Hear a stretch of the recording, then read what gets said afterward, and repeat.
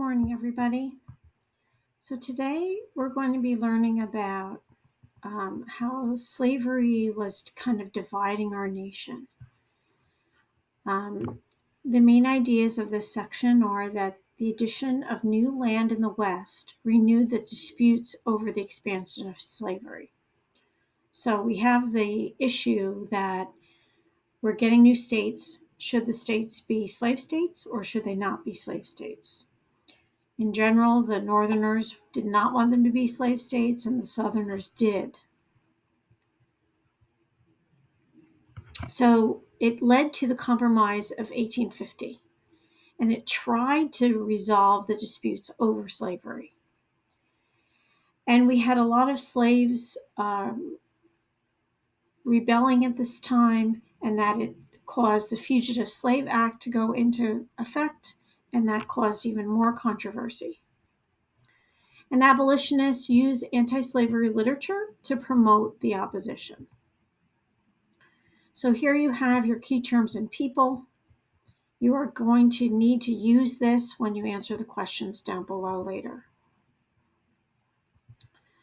So let's take a look at the facts.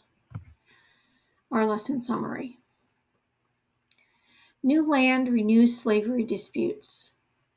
The nation's debate over slavery continued as the country got bigger. Many Northerners supported the Wilmot Proviso.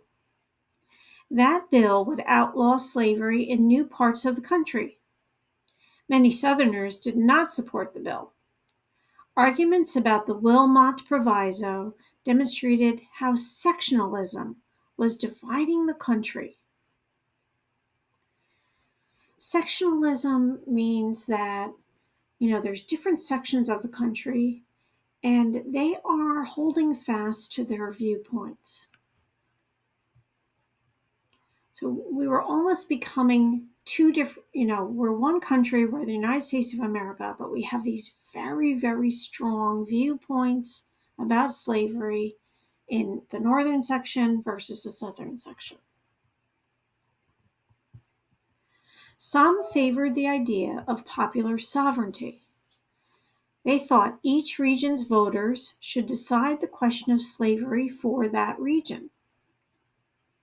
The debate was so intense that the third political party, called the Free Soil Party, was formed to support abolition. Now let's look at the Compromise of 1850. Henry Clay had a plan to keep the balance between slave and free states. John C. Calhoun thought the plan would lead to civil war. He asked the slave states to be allowed to secede. Secede means to leave our country. To solve the dispute, both sides gave up something and created the Compromise of 1850. California would be a free state. The issue of slavery would be decided by popular sovereignty in Utah and New Mexico. Popular sovereignty means that the people decide. So it means the people would vote whether there would be slavery in Utah and New Mexico or not. The Fugitive Slave Act. Part of the Compromise of 1850 required passage of the Fugitive Slave Act. This act made it a crime to help runaway slaves. I want to repeat that. The act made it a crime to help runaway slaves. Abolitionists reacted in anger to the compromise. Sometimes that anger turned to violence. This was true when abolitionists tried to rescue Virginia fugitive Anthony Burns from a Boston jail. And at this time, we also had anti-slavery literature happening. Many abolitionists expressed their anti-slavery feelings in speeches. Others used the written word to influence people on the issue of slavery. One effective author was Harriet Beecher Stowe. Stowe's anti-slavery novel, called Uncle Tom's Cabin, was published in 1852. The book showed some of the consequences of slavery. It sold more than 2 million copies and influenced many to support the end of slavery. I've heard it said that before Uncle Tom's Cabin was published, many Northerners, of course, knew about slavery, but they didn't really know what it was like from a slave's perspective.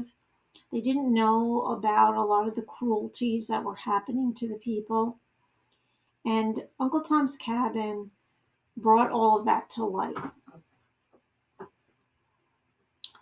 So now when you scroll down, you're going to see your task for today, which is to fill in the blanks. They give you 2 choices. You will type in the correct answer. You're opening with Cami, putting in a text box, and putting in the correct answer. You are going to have to look back up into the section summary that I just read. And you also are going to use your key terms and people. So make sure that you complete the assignment, proofread it, look it over, make sure it's all right, and then submit. If you finish early, you'll have the rest of the class to go have a snack or something. Please make sure the assignment gets turned in today. It won't be accepted later than today. All right, guys, have a great rest of your day, and I will see you tomorrow.